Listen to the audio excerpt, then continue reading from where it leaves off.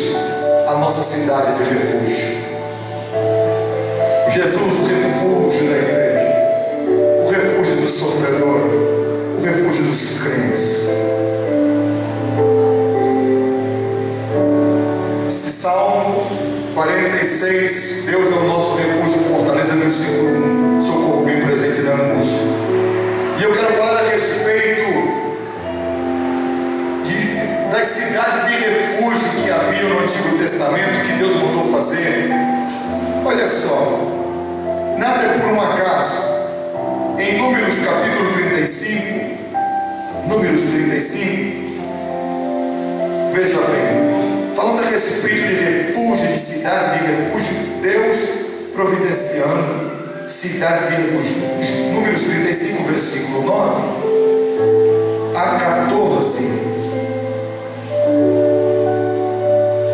Espera aqui. 9 a 14 diz assim: E falou mais o Senhor a Moisés, dizendo: Fala aos filhos de Israel e dize-lhes: Quando passardes o Jordão, a terra de Canaã, fazei com que vos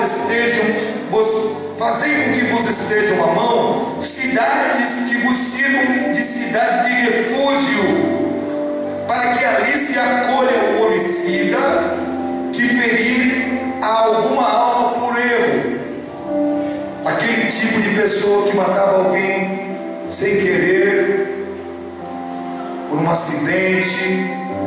É o chamado homicídio culposo, crime culposo hoje, né? Veja bem, Deus mandando fazer cidades para esta pessoa, porque se levantaria um vingador das famílias do falecido e viria atrás dele para matá-lo. E ele não tinha lugar para se esconder. Ele era morto pelo vingador da família do falecido. E Deus então proporciona, falando com Moisés aqui. Moisés fez 3 cidades de refúgio, Josué fez mais 3, foram 6 cidades, tudo em lugares estratégicos. Veja bem: E estas cidades vos serão por refúgio, versículo 12, do vingador do sangue, para que o homicida não morra, até que esteja perante a congregação no juízo. E das cidades que derdes, haverá 6 cidades de refúgio para vós. 3 destas cidades dareis aquém no Jordão, e 13 destas cidades dareis na terra de Canaã. Cidades de refúgio serão, antes de entrar em Canaã, antes do Jordão, e depois na terra de Canaã. E Josué capítulo 20 também fala a respeito disso. Josué, quando entra na terra prometida, Moisés ainda não tinha entrado na terra, e ele já estabeleceu que se colocassem essas cidades, para que quando houvesse um acidente, alguém tirasse a vida de outro semelhante, sem querer que aquilo acontecesse, ou mesmo numa legítima defesa, não ficasse à mercê do vingador. O vingador era um parente daquele que morreu, que se incumbia de ir atrás daquela pessoa até matá-lo também. Olha só como é. E Deus estabeleceu leis.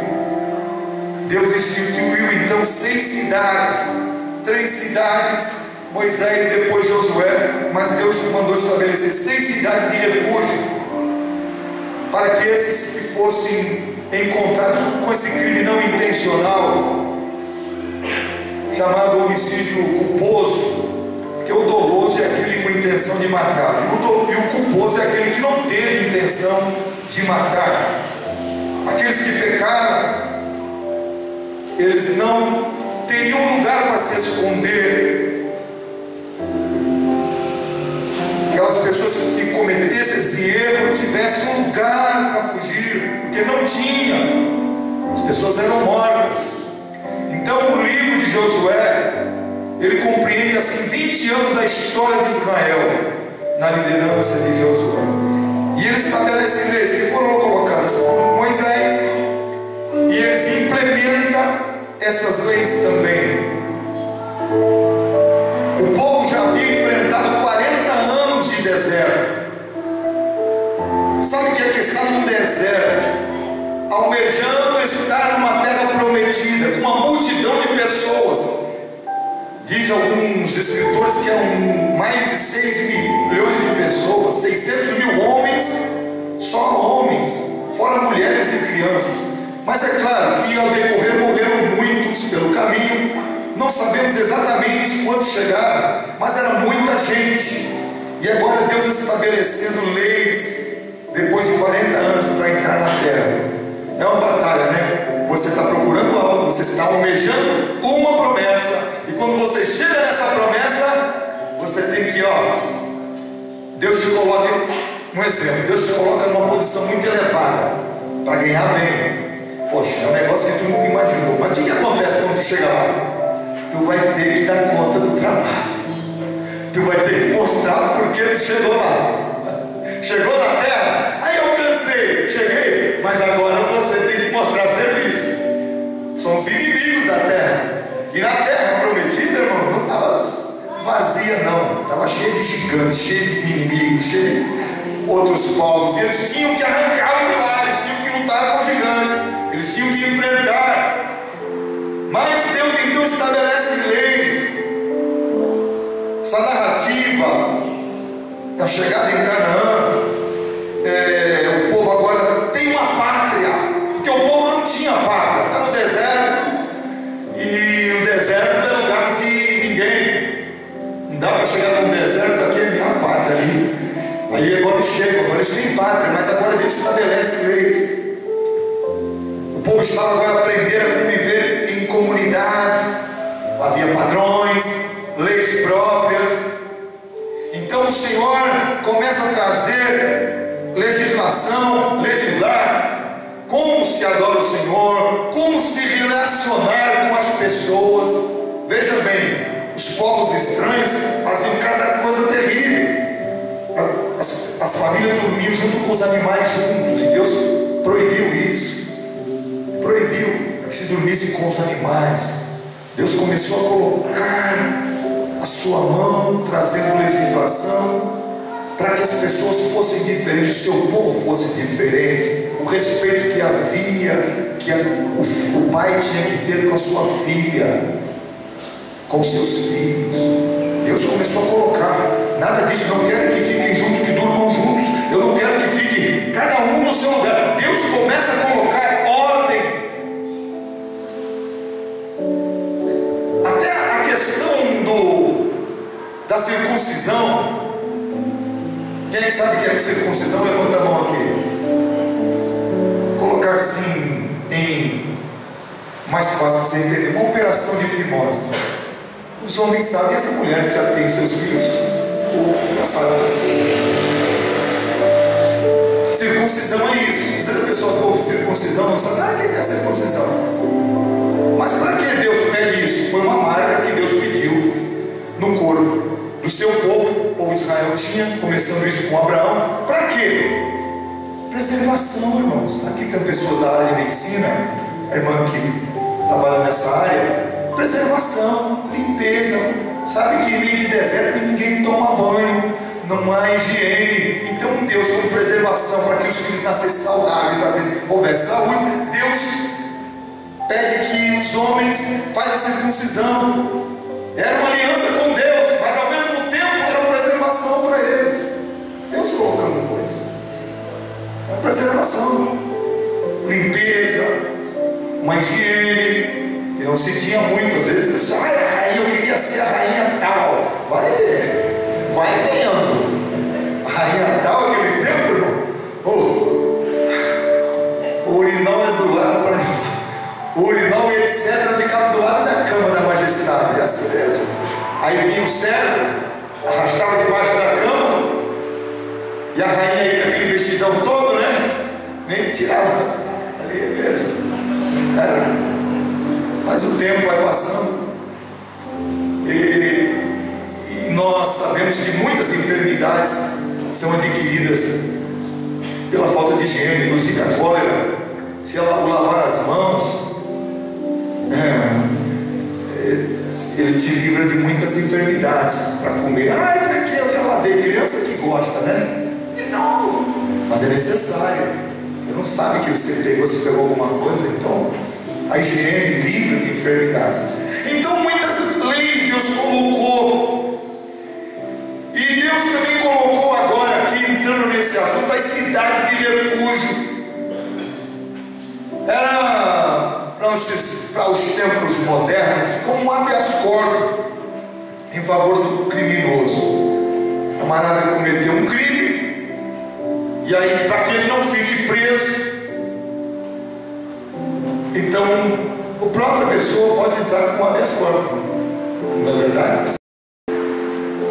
A própria pessoa pode entrar, que a pessoa não conhece um pouco, ele conhecendo um pouquinho. Se você foi em prisão, quem já fez visita, conhece alguma coisa disso aí, às vezes os presidiários sabem muito a respeito de lei penal, principalmente aquilo que concerne a eles. Eles sabem tudo, fazem no papel. Já escutou, já leu que juízes leram habeas corpus em papel higiênico, recursos em papel higiênico? Não? Estava lendo um dia desse juiz, foi levado para o juiz, pegasse um papel higiênico, pegasse um papel de pão, que o preso pode fazer. O juiz não pode mais. O importante não é a questão do papel em si, a questão é o que contém ali, é um direito que está sendo negado ao preso, e não tem quem o defenda, e ele mesmo consegue, faz com que chegue lá, manda para o carcereiro e manda entregar. E Deus então estabelece essas cidades. Nós vemos nesses textos, tanto de Números capítulo 35, como Josué no capítulo 20, versículo de 1 a 9. Capítulo 20, versículo de 1 a 9, diz assim, vamos ler, né? E falou mais o Senhor a Josué, dizendo: fala aos filhos de Israel, dizendo: apartai para vós as cidades de refúgio, de que vos falei pelo ministério de Moisés. Olha só, o texto que eu li para vocês em Número foi Deus falando através de Moisés. Agora Moisés já tinha morrido, e Deus usando Josué, falando com Josué para isso. Para que apartai para vós cidades de refúgio, de que vos falei lá no ministério de Moisés, para que fuja para ali o homicida que mataram uma pessoa por erro e não com intento, para que vos seja o refúgio do vingador de sangue. E fugindo para alguma daquelas cidades, por-se à porta da cidade, e proporá as suas palavras perante os ouvidos dos anciãos. De tal cidade então o tomarão consigo na cidade, e lhes darão lugar para que habite com eles. E se o vingador de sangue o seguir, olha só, se o vingador for atrás, ele não pode, ele tem que correr para essas cidades. Se ele não ficar lá, ele vai ser morto. E o vingador de sangue vem atrás, perseguindo para matar. E ele tem que correr, que eram cidades colocadas em diversas localidades, tudo lugares estratégicos. Era como se fossem castelos, pequenos castelos, para que eles pudessem se refugiar. Se o vingador do sangue o seguir, não entregarão na sua mão o homicida. Olha só, se ele chegar, o vingador de sangue chegando: eu quero fulano que matou o meu irmão, eu quero tirar a vida dele. Ele não pode entrar na cidade.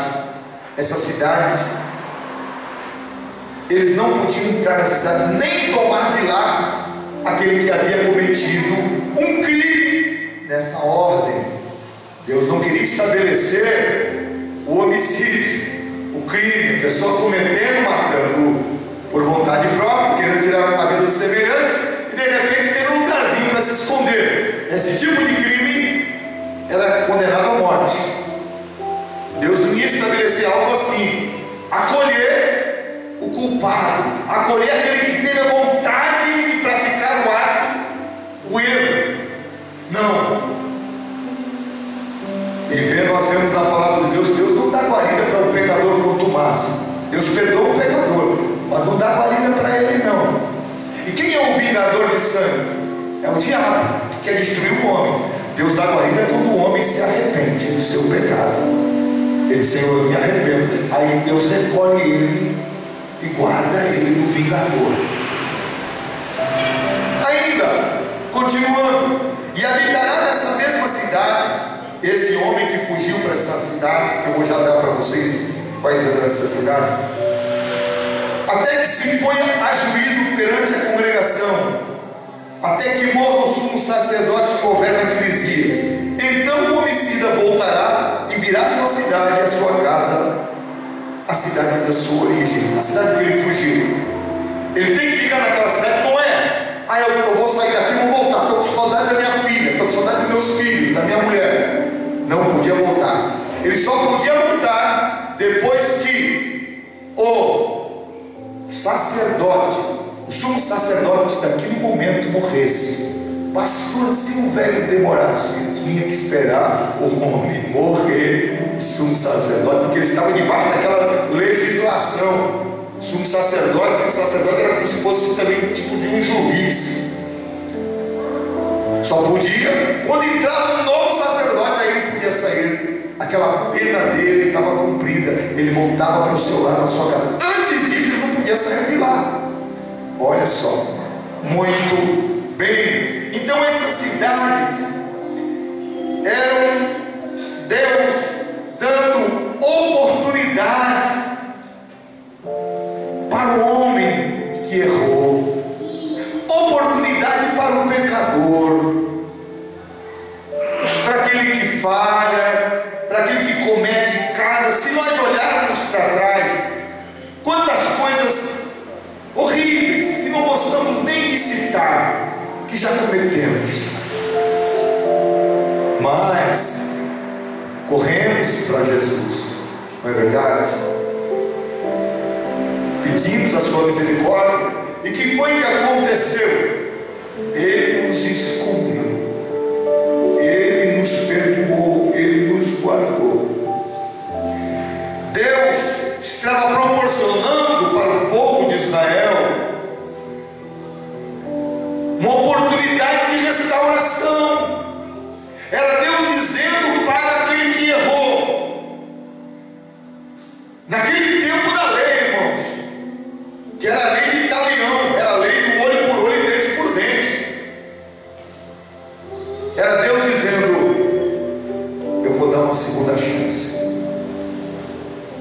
Quando Deus faz isso aqui, Deus não faz nada por um acaso. Quando Deus fala: eu vou dar uma segunda chance para o homem que falhou, que não teve, que pecou, Deus estava olhando lá para frente. Deus estava olhando para a vida do seu filho Jesus, que se entregaria pela humanidade, se entregaria em prol dos pecadores. Então Deus já está mostrando que ama o homem, que ama o pecador. Deus não tem prazer no pecado. Deus não tem prazer que o homem peque. Deus não tem prazer.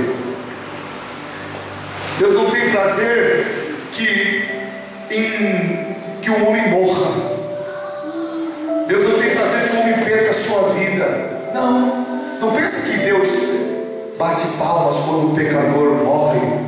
Aquele homem ruim, difícil. Pensa, Deus fica triste, Deus chora, porque Deus não tem prazer na morte do ímpio. Mas o prazer de Deus é quando o ímpio se arrepende, quando o ímpio se volta para Deus, porque o nosso Deus é assim. Ele sempre dá oportunidade para aquele que falha. Por isso Ele estabeleceu essas 6 cidades de refúgio. Em Isaías 42, versículo 3, nos diz que Ele não despedaça o caniço rachado, e nem esmaga a cana quebrada, e nem apaga a torcida que fumega. Em verdade, promulgará o direito. As canas quebradas, o que aconteciam? Eles faziam à beira do Jordão. É bom que vocês aprendam isso. Haviam canas que eles faziam flautas com aquelas canas. Tiravam dali, cortavam, faziam flautinhas e tocavam. Israel era muito musical, gostava muito de louvar, eles dançavam, louvavam muito, era muito, estava no sangue dele, eles gostavam. Quem assistia, você lembra de Balaque, de Balaão? Quando ele via de longe, o que está acontecendo? Esse povo está festejando, era dia, noite, cantava, louvava. Isso está dentro do crente, o louvor está dentro do cristão, a música, o louvor. Eu não sei se vocês, às vezes eu paro em casa, eu pego o louvor, eu estou meio assim, eu gosto do louvor, eu gosto muito de ouvir quarteto vocal, outras músicas bonitas. Tinha a irmã, parece que o Senhor alguém colocou uma música bonita, eu até peguei, estava até no Facebook da igreja, uma cada música linda, bonita, eu gosto de ouvir, porque está dentro da gente. Às vezes o diabo quer matar isso que a gente tem, que foi Deus quem deu, mas não deixa o diabo tirar essa festa que está dentro de você. Há uma alegria dentro do crente, uma festa. O diabo quer roubar isso. Não permita, não permite. O povo de Deus está dentro dele. Então eles faziam, eles iam pegar qualquer coisa, eles faziam uma flauta, qualquer coisa fazia. Já viu aquela pessoa que eu já vi fazendo uma fruta, um negócio, um legume, fazer uma flauta? Eu vi um camarada fazendo um legume assim, cumprindo uma cenoura. Já ouviu?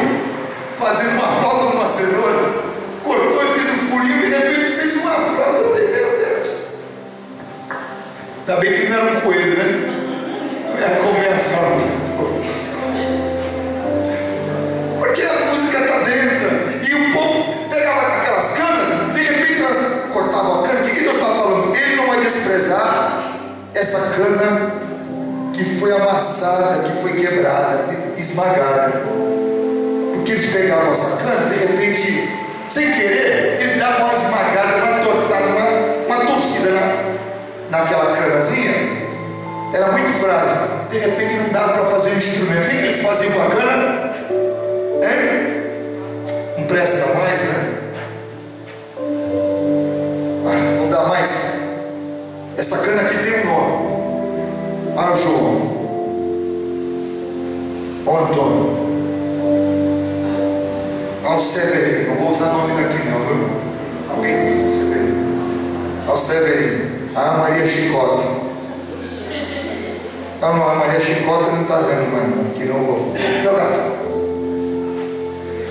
E esse versículo está nos dizendo que Deus vai pegar até a cana quebrada e vai dizer: para mim serve. Não serve para vocês, mas eu vou, gente. Eu vou fazer isso aqui. Aleluia!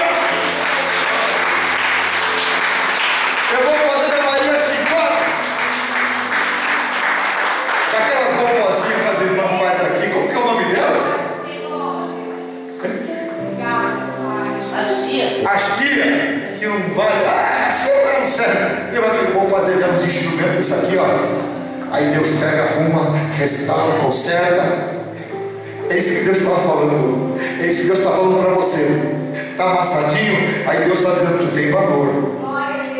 Arrumando, vai sair um som excelente.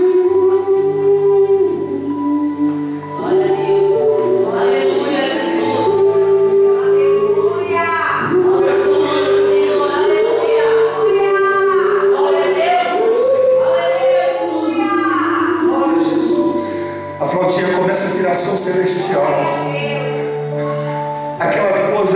Aquelas que às vezes não passam por nada, parece que nunca não tem um som celestial desse.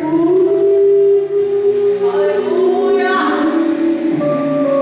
Glória a ti, Senhor.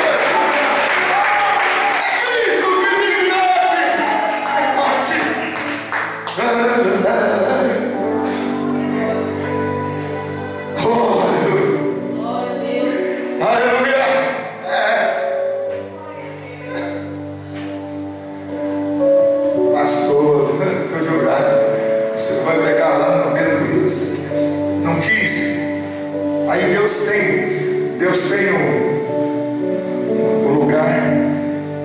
Essa aqui é flauta especial. Essa aqui sofreu essa ruptura aqui, mas eu arrumei e ela tem um som.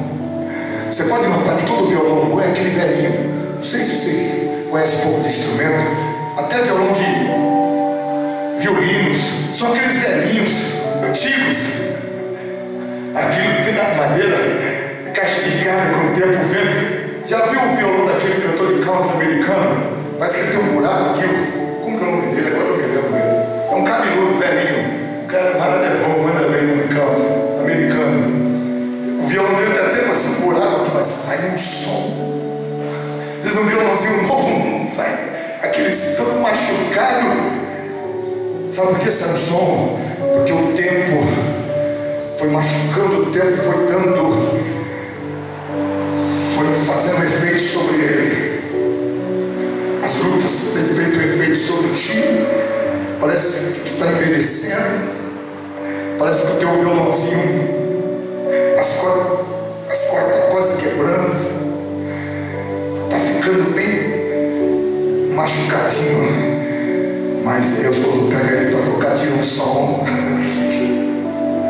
Sai um som que eles não trocam por nada. Você pode ver em shows, aqueles violãozinhos velhinhos, eles ficam. É um lugar de destaque que eles guardam. Isso aqui é E Deus também faz assim com a gente. Aleluia. Essas cidades de refúgio não era para impunidade, não, mas era para misericórdia. Era Deus dizendo: eu vou ter misericórdia das pessoas, daquele que errou, daquele que cometeu um delito, que falhou, daquele que tinha que correr para deixar sua família, tinha que fugir. Eu vou dar uma nova oportunidade para ele. Eu vou dar proteção para ele. Quando o vingador vier atrás dele, ele vai ter um castelo forte. O louvor que eu cantei hoje. Vai ter um castelo forte para guardar. Os lugares eram estratégicos. Eu vou guardá-los. Eu vou restaurá-los. E quando eles saírem de lá, eles vão ser bênçãos, porque vão voltar para suas famílias de volta.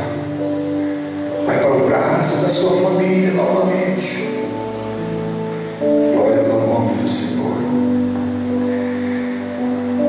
Martinho Lutero, como eu trouxe para os irmãos, esse louvor Castelo Forte ao nosso Deus, em 1529, os castelos que ele estava escondido eram o castelo de Coburg, na Alemanha. E ele faz essa canção inspirado no Salmo 46, versículo 1. Ele faz a canção do Castelo Forte. Lutero expressa nesse momento quanto nós podemos confiar em Deus como Castelo Forte, como nosso escudo, nossa esperança. Ele mostra também que o Senhor é que nos defende lá dos altos céus, e que o grande acusador, olha que esse louvor diz assim: ele vai cair por uma só palavra. Deus não precisa de muito para derrotar os nossos inimigos. Uma palavra da boca de Deus muda tudo. E eu quero trazer nesta noite, rapidamente, as horas vão passando, essas cidades de refúgio. 6 cidades, 3 edificadas já por Moisés, que era Bezer, Ramote e Golã, e 3 edificadas por Josué, que é Siquém e Hebron. Não vou colocar dessa forma aqui, vou trazer o que representa cada um. Cidade de Hebron, cidade de refúgio de Hebron, tem significado, sabe, de companheiro, de comunhão. Em Hebron, trazendo agora para o Novo Testamento, que era uma cidade de refúgio, Deus falou: vai colocar em Hebron uma cidade de refúgio. Quando fugir lá um pecador, vai ter um lugar para se esconder. Em Hebron, Cristo é nosso companheiro, Cristo é nosso amigo, é nosso irmão. Está correndo. Aí chegava ali, tinha um lugar de guarida. Lá dentro da cidade de refúgio não era desprezado, não. Está aí, ó. Se vira, põe ele numa celinha, um por um, e joga comida por debaixo da grade. Não. Ele era acolhido com misericórdia, porque foi isso que Deus mandou: acolhe-os com misericórdia. Eles não puseram lá. A palavra do Senhor nos diz, Jesus falando em João capítulo 15, já não vos chamarei servos, porque o servo não sabe o que faz o seu Senhor, mas tenho-vos chamado amigos, porque tudo quanto ouvi de meu Pai eu vos tenho feito conhecer. Amigo de Deus. Jesus falou isso. Jesus disse que a gente não era mais servos. Ele disse para os discípulos e disse para mim e para você: ei moça, ei varão, oi varão, mulher, homem, é amigo de Deus. Fala para alguém que está do teu lado: sabia que você é amigo de Deus? Você é pessoa amigo. Jesus nos considera amigos, irmãos. Mas um pecador cheio de falha, porque nós como cristãos temos consciência da nossa falha, nós sabemos o quanto erramos. Nós temos consciência, porque o cristão sabe onde falha. Ou não sabe? Você não sabe onde está teu pontinho fraco, tu fica triste, cheio de erro que nós somos, cheio de falha, cheio de pecado.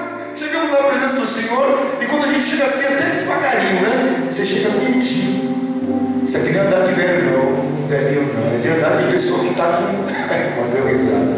É andar de alguém que está com receio de chegar na presença de Deus. Andar de formiga, Tu chega assim na presença de Deus, e quando tu vai chegando assim, ei, alto lá, Jesus, misericórdia de mim, amigo, entra. É como tu entrar numa sala de audiência. Sabe que vai entrar na sala de audiência cheia? Tem muitas coisas difíceis, pode chegar assim, assim você tem que bater na portinha. Você chega tudo humildinho, doutor, com excelência, né? Mas quando você entra na porta, ei amigo, meu amigo, eu estava te esperando aqui. Aquela glória, aquela majestade, e ele dizendo que eu estava esperando você conversar contigo. Mas o senhor não tem mais ninguém para cuidar? Tem tanta gente. Não. O horário agora é todo cedo. Deus faz isso com a gente, pecadores, irmãos, falhos, pessoas aí muito melhores do que nós, ainda não conhecem o Evangelho, e Deus deu uma oportunidade para a gente conhecer, e nos chama de amigos. Ainda em 1 João capítulo 2, versículo 1: meus filhinhos, estas coisas vos escrevo para que vocês não pequem. Mas se alguém pecar, olha o carinho. Quem escreveu essa epístola foi o apóstolo João, o apóstolo do amor, aquele mesmo que esteve na ilha de Patmos, que escreveu o Apocalipse. Filhinhos, eu vos escrevo isso para que vocês não pequem, para que vocês não errem. Mas se porventura vocês pecarem, temos um advogado junto do Pai, Jesus Cristo, o justo. Você tem um advogado. Você não entra só na audiência, não. A pessoa, quando não tem advogado, ela fica toda: e agora o que eu vou falar? E dependendo de audiência, não pode entrar só. O juiz tem que constituir um advogado ativo para poder ficar representado. Mas nós já temos. Não é qualquer um. Nós temos um advogado que nunca perdeu uma causa. É o advogado do universo, da história. Nunca perdeu causa. Ele só pegou causa perdida. Ele só pegou causa que não tinha mais jeito para reverter. Mas ele chega lá com a sua morte na cruz do Calvário, com seu sangue derramado, com as suas feridas, as suas chagas. Ele chega para o Pai. Ele pecou, o joelho pecou, errou, falhou, mas eu derramei o meu sangue pela vida dele, pela vida dela. Perdoa, Pai. Aí o Pai bate o martelo. Está absolvido. Próximo. Glória a Deus. Aleluia. Jesus perdoou os nossos pecados. Ele não perde uma causa. Ele não perde. Quando Jesus entra nos tribunais de Deus, ele já entra como um vencedor. Aleluia. Glória a Deus. Então Hebron tem significado de companheiro, de amigo, de comunhão. Isso era uma das cidades de refúgio. A outra cidade de refúgio, Siquém, que significa ombro. Em Siquém, Cristo é nosso ombro amigo, nosso consolo, nosso conforto, nossa esperança, em que podemos depositar toda a nossa confiança. Você tem um ombro para chorar. Você tem um ombro para colocar a sua cabeça. Você tem um ombro para descansar das suas batalhas. Porque tem momento, parece que a gente não vai conseguir, que não tem mais força. Tem momento que tudo está dizendo para você: desiste, volta atrás, para no caminho. Mas quando a gente olha para Jesus, Jesus nos dá o ombro dele: vem cá, vem no meu ombro, descansa aqui, meus ombros, nos meus braços. O sumo sacerdote, na antiga aliança, quando ele entrava na presença de Deus, ele tinha nos ombros duas pedras preciosas. Ele entrava com a indumentária na presença do Senhor, tudo representativo. Havia pedras preciosas, 12 pedras preciosas no seu peito, cada uma pedra diferente da outra, e uma pedra no ombro direito, outra pedra no ombro esquerdo, representando. O sumo sacerdote estava levando as 12 tribos, era 12 pedras, as 12 tribos no peito, e também carregando nos ombros. E Jesus faz isso com a gente. Ele nos carrega no seu peito e nos seus ombros. E quando ele entra na presença do Pai, ele nos apresenta: Pai, aqui está o Joé, aqui está a Maria, aqui está a Yara, aqui está a tua filhinha. Ela não está conseguindo quase levantar, como um passarinho de perninha quebrada, porque ele está ferido, mas vai curar aqui no meu ombro, nos braços de Jesus, no peito de Jesus. Nós somos curados. E Siquém, essa cidade de refúgio, representa isso, que quando a pessoa chegar lá, ela fica acolhida. E nos ombros do Senhor nós somos restaurados. Glórias ao nome do Senhor. Isaías 51, versículo 12: e eu mesmo sou aquele que te consola. Quem és tu para que temas os seres humanos, pobres mortais, e os filhos dos homens que não passam de relva? Em João 14:1 nos diz assim: não se turbe o vosso coração, credes em Deus, crede também em mim. Foi Jesus dizendo: na casa do meu Pai tem muitas moradas.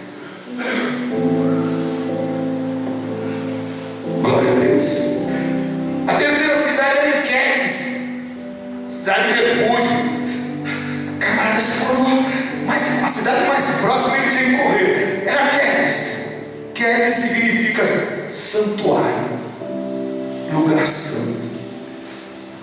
Em Queres, Cristo é o nosso santificador. Em Cristo nós somos santos e estamos separados para o serviço do Mestre. Somos santificados pelo Senhor. Em João capítulo 17, versículo 17: santifica-os na verdade, a tua palavra é a verdade. Somos santificados pela palavra. 1 Pedro capítulo 1, versículo 15 e 16: mas como é santo aquele que vos chamou, sede vós também santos em toda a vossa maneira de viver, porque está escrito: sede santo, porque eu sou santo. Ser santo não é questão de ter uma auréola na cabeça. Ah, pastor, ser santo é alguma coisa que nunca, uma pessoa que nunca comeu. Não. Ser santo, segundo a Bíblia, é alguém que é separado para Deus, que vive para Deus, que se decidiu para Deus. Eu quero andar com Deus. Então esse homem é perdoado, é purificado do seu pecado. Esse homem é santo. A igreja é santa, porque foi separado do pecado, separado do mundo para Deus. Então nós somos santos e representa esse lugar de Queres. Outro lugar, Ramote. Outra cidade de refúgio era Ramote, significa altura, exaltado. Em Ramote estamos nas alturas com Cristo, porque Ele é exaltado. Somos exaltados por Cristo e pela fé nos assentamos em regiões celestiais. Pastor, hoje na Santa Ceia parece que eu estou em Ramote. Eu estou sentindo uma glória de Deus, uma alegria de Deus. Aquela festa aí que o Senhor falou, aquela música cantando, tem algo cantando. Posso fazer uma perguntinha para vocês? Posso? Posso fazer? Tem alguém sentindo aí uma canção de Deus tocando no seu interior? Só levanta a mão assim: pastor, estou sentindo algo. Tem alguém sentindo? Olha, que coisa linda, menina. Há mais alguém aqui? A Larissa, os meninos, o Aras. Quem mais? Sentindo algo de, sabe? Aquela canção de pastor, minha vontade era soltar um brado. Só os dois pequenos só? Tem mais alguém? Pode levantar a mão, não vai ser julgado não. Nós estamos entre santos, entre família. Mais ninguém? Eu espero que até o final do culto muitos outros também sintam a canção do Senhor, o passarinho cantar no teu espírito. A vida só vale a pena ser vivida se for para viver com intensidade com Jesus. Senão não vale a pena. Se é para andar com Deus, eu vou andar com tudo. Eu vou dar tudo para Ele. Eu vou fazer tudo por Ele. Senão não vale a pena. Pastor, mas se eu fizer tudo com Deus, tu vais ser a mulher mais feliz do mundo, o homem mais feliz do mundo. Glória a Deus. Eu sei que alguém não levantou a mão aí, mas o passarinho está cantando. Está querendo um povo sair, pastor, porque quero. É aquela flautinha aí que o senhor tocou aí, está cantando aí. Esse era Ramote, lugar exaltado. Somos exaltados. A palavra de Deus diz em Provérbios 18:10: torre forte é o nome do Senhor. Para Ele correrá o justo e estará em alto retiro, quer dizer, vai estar seguro. Ele é torre forte. Jesus é o nosso esconderijo. É Ele que nos guarda no dia do mal, no dia do assolador, no dia do vingador, no dia das trevas, no dia mau, quando vem sobre a terra e vem sobre a vida de todos. Nesse dia somos preservados pela mão de Deus, e Ele não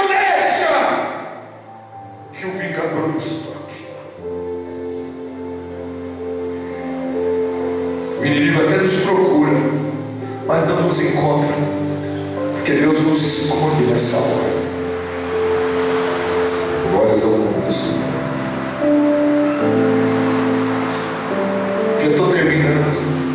A quinta cidade era Bezer, ou Bezer, significa fortaleza. Em Bezer, Cristo é nosso refúgio e fortaleza, nosso lugar seguro, é nossa proteção, é esconderijo, como está escrito no Salmo 46.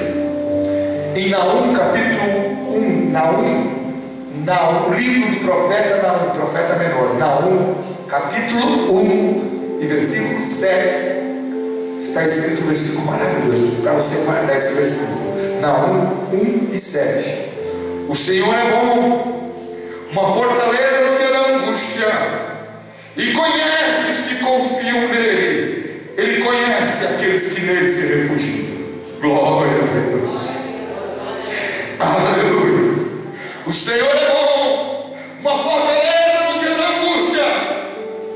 No dia da angústia, Ele é fortaleza para você, para que você não seja todo assolado, atropelado, engolido pelas águas deste mundo. Ele é tua fortaleza, e Ele conhece aqueles que confiam nele, aqueles que se refugiam nele. Mas Ele me conhece, Ele te conhece. Golã, para estarmos aqui encerrando, as 6 cidades de refúgio, cada um lugar estratégico, significa cativeiro ou exílio. Em Golã, significa lugar de refúgio para os tristes, para os cativos. Quantos homens que iam para lá, poxa, acabou minha vida, não tem mais jeito, eu não sei o que vai ser da minha vida, minha família. Em Golã, há lugar para os tristes, para os cativos.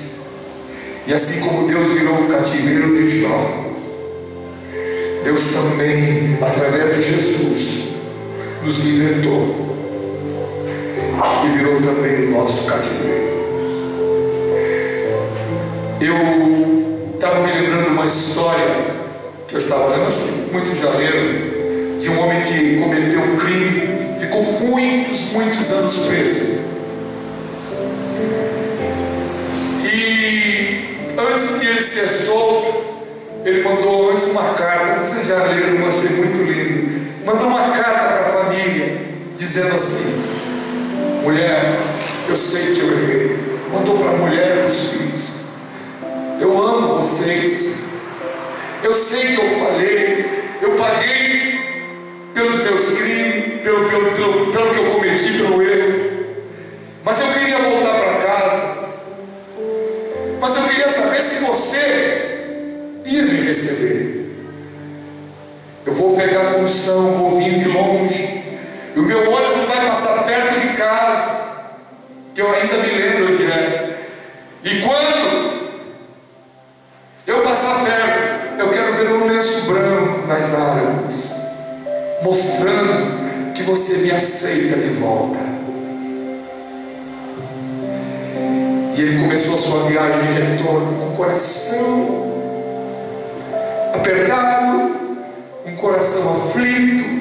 Será que ela vai me receber de volta? Será que os meus filhos me querem de volta? E cada momento a angústia aumentando mais, cada momento ia aumentando mais a dor. Você sabe que quando chega é um julgamento, é algo que tem que acontecer, como o testemunho que eu vi da irmã Angélica. Ela estava orando, de repente vai chegando perto, tem que fazer o exame, e chega na hora, o resultado do médico, aquela coisa, na hora de se aproximar da coisa, a coisa machuca a gente, deixa a gente miudinho, deixa a família miúda, fica todo mundo, porque passa tanta coisa na cabeça da gente. Pastor, mas nós somos cristãos, mas a gente é humano. E quando eu vi aqui a oração da evangélica: Senhor, eu quero ver meus filhos crescer, isso aí me arrebentaram. Eu quero ver esses meninos crescer. E aqui a irmã Angélica contando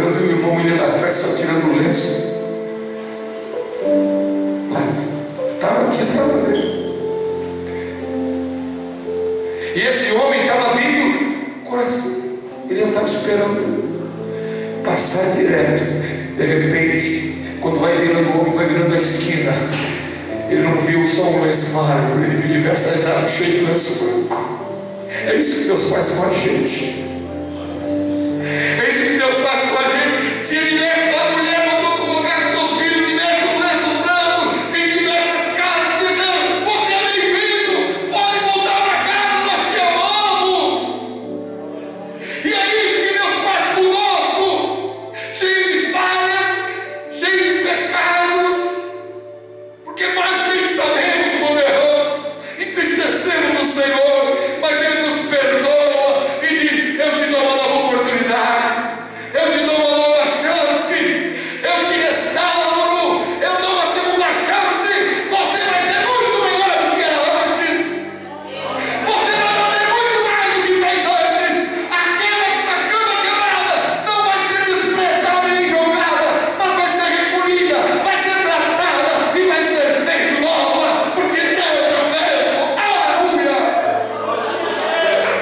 Glória a Deus.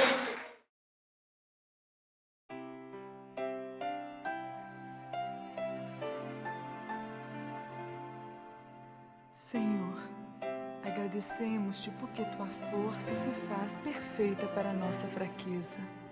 Quando somos fracos, tu és forte. Só tu és capaz de fazer abundantemente muito mais do que poderíamos pedir ou pensar. Tu és El Shaddai, nosso provedor, tão grande e tão fiel.